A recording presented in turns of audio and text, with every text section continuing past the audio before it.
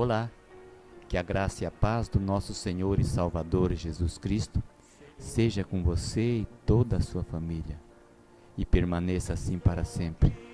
É o desejo do meu coração neste dia para você. Eu trago hoje uma mensagem maravilhosa do coração de Deus para o teu coração, cujo título é Vencendo as Tempestades pela Fé. Mas por que Deus permite as tempestades? Vamos fazer a leitura então da Bíblia em Mateus 8, a partir do verso 24. Eis que no mar se levantou uma grande tempestade, e o barco era coberto pelas ondas. Ele, porém, estava dormindo. Jesus aqui estava dormindo. E os seus discípulos, aproximando-se, e despertaram, dizendo: Senhor, salva-nos, que estamos morrendo. Jesus, observando, disse: Homens de pouca fé, por que temem? Então levantou-se, repreendeu os ventos e o mar, e seguiu-se uma grande bonança. Vendo esse texto, observando a palavra de Deus aqui no livro de Mateus, nós podemos entender algumas coisas. Por exemplo, por que Deus permite as tempestades? Ele é um Deus zeloso, um Deus bondoso, um Deus misericordioso, um Deus que tudo pode, um Deus que só Ele tem o poder para salvar. Mas por que permitir que as tempestades venham sobre nossas vidas? Simples. Para que nós possamos o buscar mais. Para mostrar que a fé nossa, às vezes, é enfraquecida. Enfraquecida por circunstâncias que não sabemos explicar. Quantas vezes passamos por dificuldades e a primeira coisa que nos vem à mente é: e agora? O que será? Aí eu trago aquela outra palavra maravilhosa que diz: elevo os meus olhos para os montes, de onde virá o meu socorro? De onde virá o meu socorro? E aí a resposta daquele que crê, daquele que tem fé é a seguinte: o meu socorro vem do Senhor, que fez o céu e a terra. Simples assim.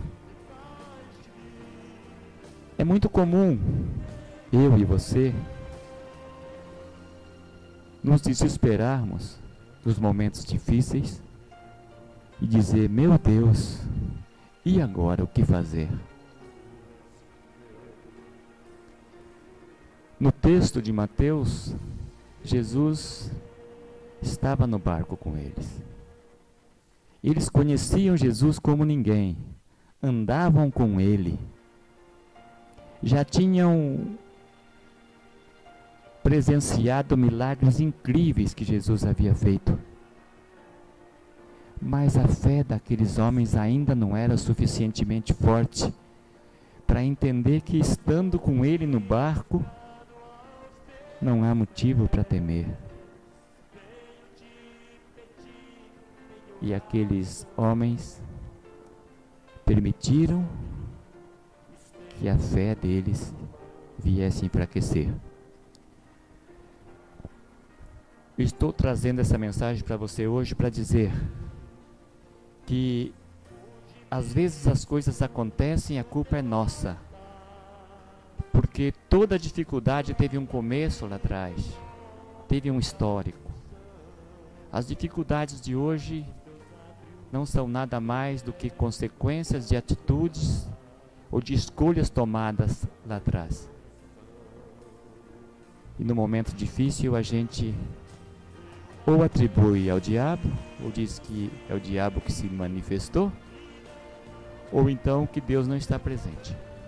Nenhuma coisa, nem outra. Porque o inimigo, nosso adversário, que veio para matar, roubar e destruir, ele só faz isso se nós deixarmos brecha para ele. No momento em que a fé daqueles homens que estavam com Jesus no barco enfraqueceu, ali houve uma brecha para a dúvida, houve uma brecha para a falta de fé, e é aí que o inimigo entra. Ali Jesus estava, não tinha como temer. E às vezes isso acontece hoje na nossa vida. Nós tememos, entramos em desespero e esquecemos de quem está no nosso barco, de quem está na nossa vida, que é Jesus. Por isso eu quero te falar agora, meu amigo, minha amiga, que não há o que temer quando Jesus está no barco. Quando você estiver em dificuldade, entre lá no livro de Mateus, Novo Testamento, no capítulo 8, a partir do versículo 23, você vai ter essa história para você relembrar. Como Jesus, com um só gesto, acalmou a tempestade, e aqueles homens no barco pôde entender que na presença de Jesus nada pode nos fazer temer. Às vezes ficamos apavorados, esquecemos quem tem o controle das nossas vidas, ou quem é o centro das nossas vidas, quem está no barco com a gente. Não importa o tamanho da tempestade, se vem com trovões, se vem com vento, se vem com ondas gigantes. Quanto maior a onda, maior o poder do Senhor que cuida de nós.